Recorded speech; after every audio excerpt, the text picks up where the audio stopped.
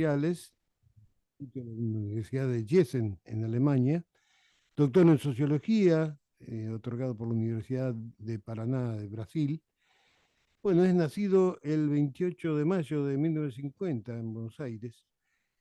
O sea que el domingo es el cumpleaños del doctor Eduardo Jorge Bior, lo vamos a saludar cuando tengamos contacto con él. Estudió el bachillerato en el Colegio Nacional de Buenos Aires, estudió historia en la Facultad de Filosofía y Letras de la Universidad de Buenos Aires, diploma como profesor de enseñanza secundaria normal y especial en historia, estudio de ciencias políticas en la Universidad de Heidelberg, Alemania, diploma de Magister en ciencias políticas, doctorado en ciencias sociales con especialidad en ciencias políticas en la Universidad de Gießen. Eh, es una teoría que, a ver, sí, defendida, es una tesis el 4 de noviembre de 1991. En 2011 revalida el doctorado como doctorado en sociología en la Universidad de Paraná, Brasil. Eh, es profesor encargado del Instituto de Ciencias Políticas de la Universidad de Magdeburg, Alemania, profesor titular interino de Ciencias Políticas con dedicación exclusiva a la Universidad Nacional de La Matanza, Departamento de Derecho y Ciencias Políticas, profesor investigador título interino en dedicación exclusiva en el Instituto de Investigaciones en Políticas Públicas y Gobierno de la Universidad Nacional de Río Negro, y profesor investigador adjunto con dedicación exclusiva en Ciencias Políticas en la Universidad Federal de Foz do Iguazú, Brasil. Doctor Eduardo Jorge Bior, ¿está en línea? Aquí estoy, Jorge. Muy bien. Aquí estoy. Bueno, es un placer. Con tanto currículum simplemente está diciendo que soy bastante viejo. Bueno, yo soy más viejo que usted, no se haga problema. Entre nosotros no vamos a andar pisando las fechas. Incluso tiré lo de su cumpleaños, que es el próximo domingo. Así es, así es. Bueno, felicitaciones, aunque no estemos en presencia. Bueno, rescato una frase que rescaté de sus trabajos, ¿no? La única política seria es la mundial, el resto es cabotaje. Esto lo decía Juan Domingo Perón, ¿verdad? Así es, así es. Es decir, que los cambios en la situación mundial van, digamos, diagramando la política y la economía de todos los países del mundo, ¿no? Eh, Nosotros estábamos acostumbrados a la Guerra Fría en nuestra juventud, y ahí sí, de nuevo, demostramos nuestra edad. Eh, de la Guerra Fría, la Unión Soviética, Estados Unidos, nosotros la tercera fuerza, la tercera posición, la revolución industrial con los trabajadores, la historia de los trabajadores en Argentina. Bueno, todo eso ha cambiado, Eduardo. Ha cambiado mucho durante 50 años. Claro. Y ahora entramos en un nuevo periodo de cambios. Precisamente, es decir, cuando el general Perón decía que la única política en serio es la política mundial, es porque cuando la evolución se pone en marcha es inexorable. Uh-huh. Es decir, el mundo, la historia del mundo para nosotros es el destino. Es decir, nosotros no podemos cambiarlo. Lo que pasa es que también, como decía Perón, al destino es posible ayudarlo, modificarlo, torcerlo, hasta tornarlo favorable. Es decir, hay que saber cómo andar con el destino. Uh-huh. Entonces, lo que sucedió fue, y eso está muy, muy claro en los textos de la última época del general Perón, a partir de la Hora de los Pueblos en 1968, es que el general identifica una crisis en general de los imperialismos, pero en particular del capitalismo, que ya no podía satisfacer adecuadamente las necesidades de la población y se reducía la tasa de ganancia. Entonces comenzaron a exportar industrias. Recordemos el inicio de la industria automotriz en Argentina. La Uh-huh. industria automotriz, ¿cuándo comienza? Porque empiezan a venir fábricas norteamericanas. Primero la Kaiser, después viene Ford, después viene General Motors, Chrysler. ¿Por qué? porque en Estados Unidos les resultaba muy caro producir. Por eso venían a producir aquí. Ahora, ¿eso qué trajo como consecuencia? Que Estados Unidos empezó a tener déficit de balanza comercial. Y como además las empresas invertían gran parte en Europa, también empezó a tener eh, déficit de balanza de pagos. Si a eso le agregamos la guerra de Vietnam, entró en un déficit que ya no lo podía parar. Eso es lo que identificó el general a fines de los años 60. Ahora, Ujú. ¿qué hicieron? Lo que el general no podía prever son las trampas que los norteamericanos hicieron para eludir, para postergar el estallido de la crisis. La primera trampa fue la trampa del presidente Nixon en 1971 de eliminar la paridad fija de $35 por onza de oro. Con lo cual el dólar perdió referencia, se quedó sin respaldo. Es Ujú. decir, nadie sabe hoy cuánto vale un dólar. Los tipos tienen la maquinita y producen dólares a rolete. Después, con la crisis del petróleo, es decir, todos los jeques árabes comenzaron a invertir en bancos norteamericanos y británicos. Bueno, con esa ponchada de plata, el capitalismo norteamericano pudo mantener su dinámica de consumismo y guerras sin mejorar su productividad. Después, por razones militares, desarrollaron las tecnologías de la información y la comunicación. Internet, los sistemas de computación, todo eso, y efectivamente le ganaron la Guerra Fría a la Unión Soviética. Quedaron como únicos amos del mundo a partir de 1990. Pero ¿qué hicieron con eso? En vez de administrar prudentemente lo que habían conquistado y de utilizarlo para mejorar su desarrollo productivo, no, siguieron viviendo del saqueo. Entonces, más guerras. Es la guerra de Yugoslavia, las guerras contra los países musulmanes, y con un aliciente que tenían en los años 90, que China producía barato para ellos. Ujú. Claro. Ellos no vieron venir a China. Es más, la despreciaban. Sí, sí. Decían que China era tonta, que no sabía llegar al capitalismo, etcétera, etcétera, etcétera. Con el autogolpe de Estado de 2001, de septiembre de 2001, cuando ellos derriban las Torres Gemelas para producir una especie de golpe de Estado universal, ellos inician dos cosas. Dentro de los países industriales, de los países centrales, Estados Unidos, Canadá, Europa Occidental, Japón, una legislación, prácticamente suprimieron las libertades civiles e implantaron el estado de excepción permanente. Es decir, el ciudadano es sospechoso de entrada, tiene que demostrar que no es sospechoso. Es un sistema de vigilancia universal a todas sus poblaciones. Y en el resto del mundo implantaron una guerra híbrida, es decir, de amplio espectro en todos los aspectos económicos, comunicacionales, cognitivos, etcétera, permanente e ininterrumpida. ¿Para qué? Porque ellos partían de la base ya desde el informe del Club de Roma de 1970, que el general Perón lo criticó, partían de la base, parten de la base de que los recursos del mundo no dan para dar a toda la población del planeta el mismo nivel de bienestar que tienen los países centrales.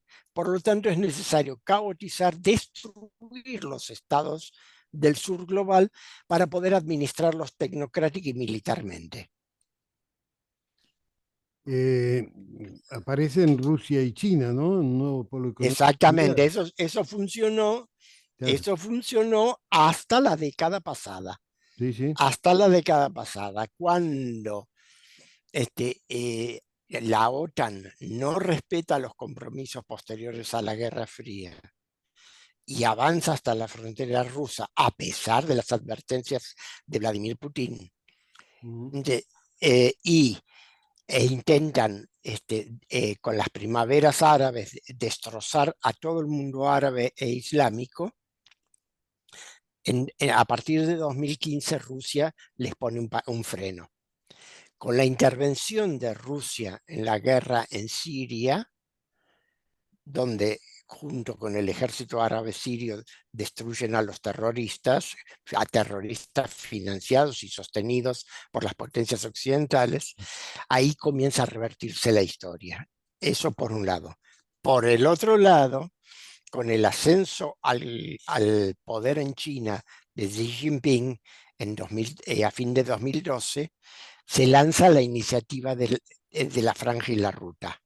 O sea, la iniciativa de enlazar, primero era solamente Eurasia, es decir, Europa y Asia, por tierra y por mar con todo un sistema de infraestructura de comunicaciones y transporte gigantesco. ¿Por qué? Porque el interés principal de China era y venía siendo hasta la guerra de Ucrania Alemania. ujú. Es decir, la industria alemana invirtió productivamente en China desde los años 80 y no invirtió como la norteamericana en chucherías, en la producción de productos simples y de baja tecnología. No, no, y puso plantas de muy importante tecnología y se asoció muy bien con el Estado y con la industria china. Entonces, justamente es la simbiosis que podía dar la independencia a Eurasia, era la simbiosis entre Alemania y China. Por eso es que Estados Unidos se planteó desde muy temprano destruir esa simbiosis entre la alta tecnología alemana y la capacidad industrial, financiera y económica de China. Eh, Trump es una disrupción.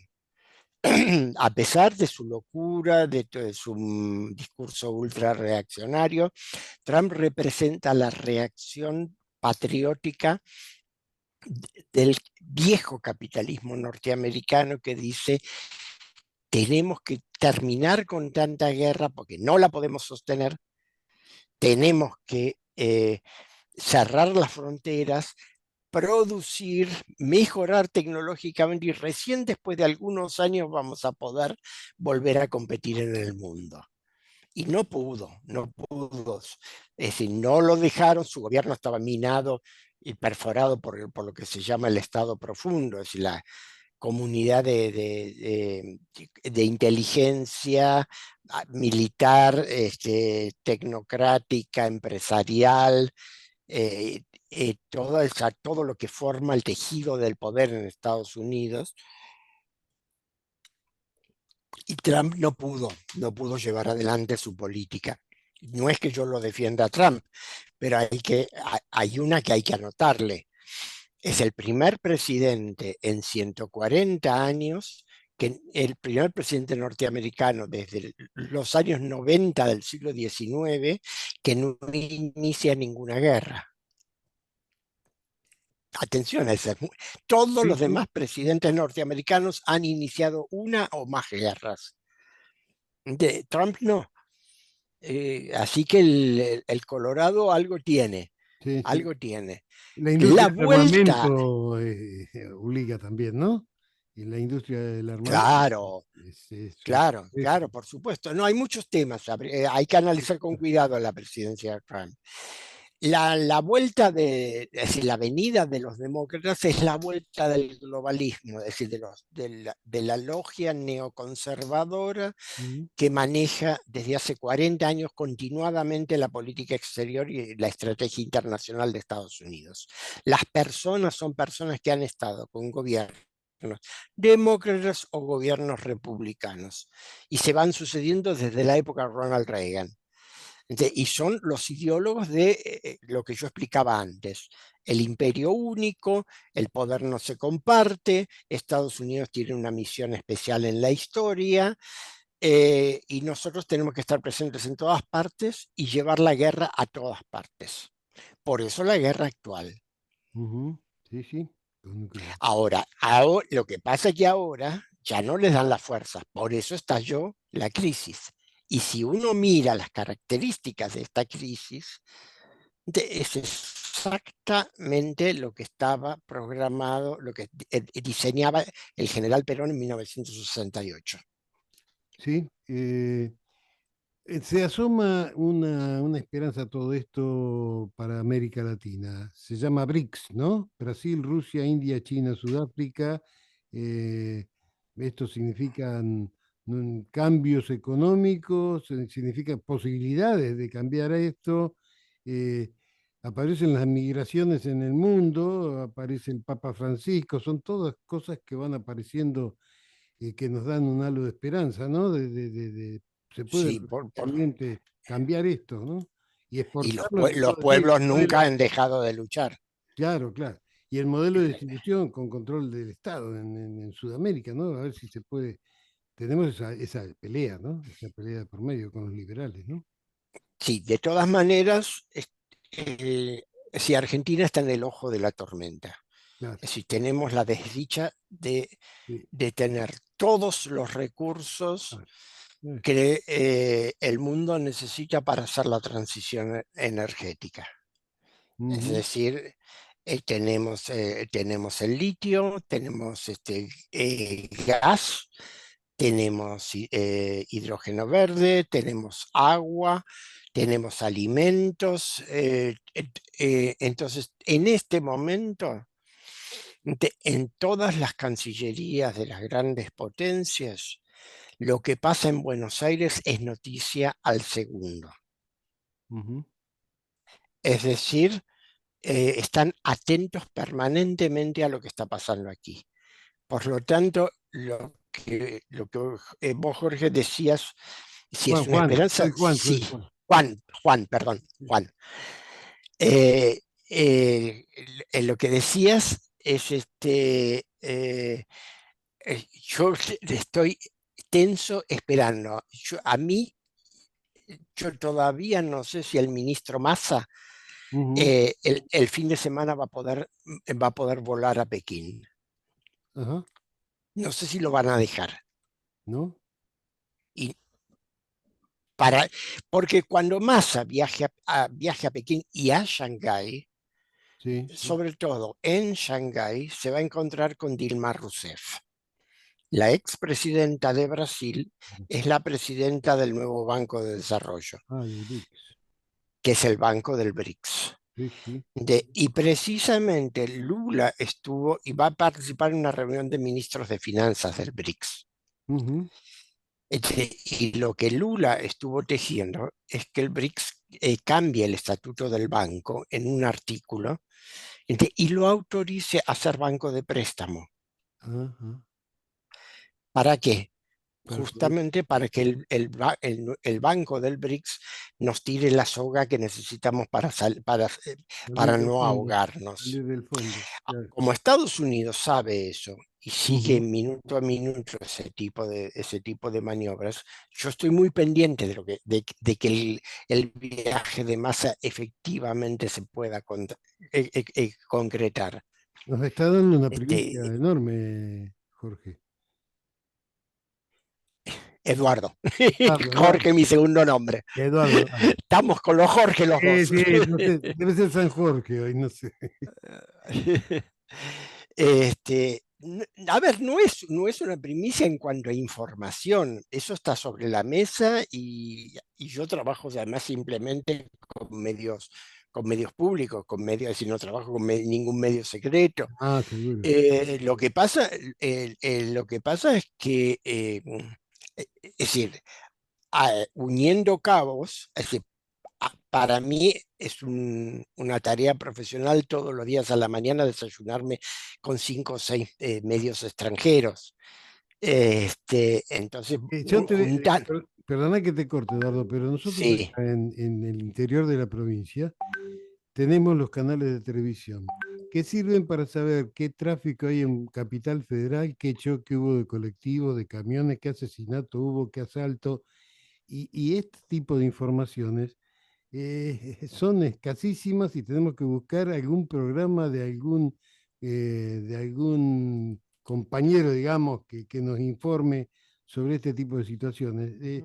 No es tan fácil para nosotros este tema de No es por la situación del interior, Juan. Es decir, acá en Buenos Aires pasa exactamente lo mismo. Los porteños están sobreinformados de cosas innecesarias. Sí, sí. Es decir, justamente cuando nosotros éramos jóvenes era difícil encontrar la información. Ujú, Pues ahora te llenan de cantidades impresionantes por las redes sociales, por todos lados, de muchísima información que no necesitas. claro, claro. Sí, sí. Y justamente lo que hace falta es criterio para diferenciar la información. Por eso es que yo empecé hablando del pensamiento del general Perón en la última época de su vida, porque ese es el que da patrón. Porque ahí está también, por ejemplo, el mensaje ecuménico, el mensaje a los pueblos del mundo de 1972, en el que el general Perón, como primer líder mundial, fija una posición política, humanista y de justicia respecto a la crisis medioambiental por la que pasa el mundo. Ujú, Y precisamente sus posiciones son similares a las que plantea el Papa Francisco en Laudato Si y en Querida Amazonia. Este, eh, es decir, lo que hay que hacer es, no hay que leer tanto. Lo que hay que hacer es buscar patrones donde orientarse y donde ubicar la información. Para mí, el pensamiento del general Perón sigue siendo magistral, en el sentido de que orienta y forma pensamiento, forma capacidad de análisis. Entonces, en base a eso, lo que yo leo, digo, lo puede leer cualquiera, está bien, yo tengo un conocimiento de lenguas que me dio sobre todo el haber vivido tanto tiempo en Europa, pero sí que los tenía quizás de la escuela, pero que uno sabe lo que pasa con el aprendizaje de lenguas pero de la nada que escuela. ver. Claro, pero lo activas, después lo activas. Ujú, Y eso me permite, bueno, leer cosas en distintas lenguas. Pero aún en castellano, ya leyendo sorteado 4 o 5 diarios argentinos y cruzándolos, diarios de distintas tendencias, y cruzándolos, uno se entera de muchas cosas.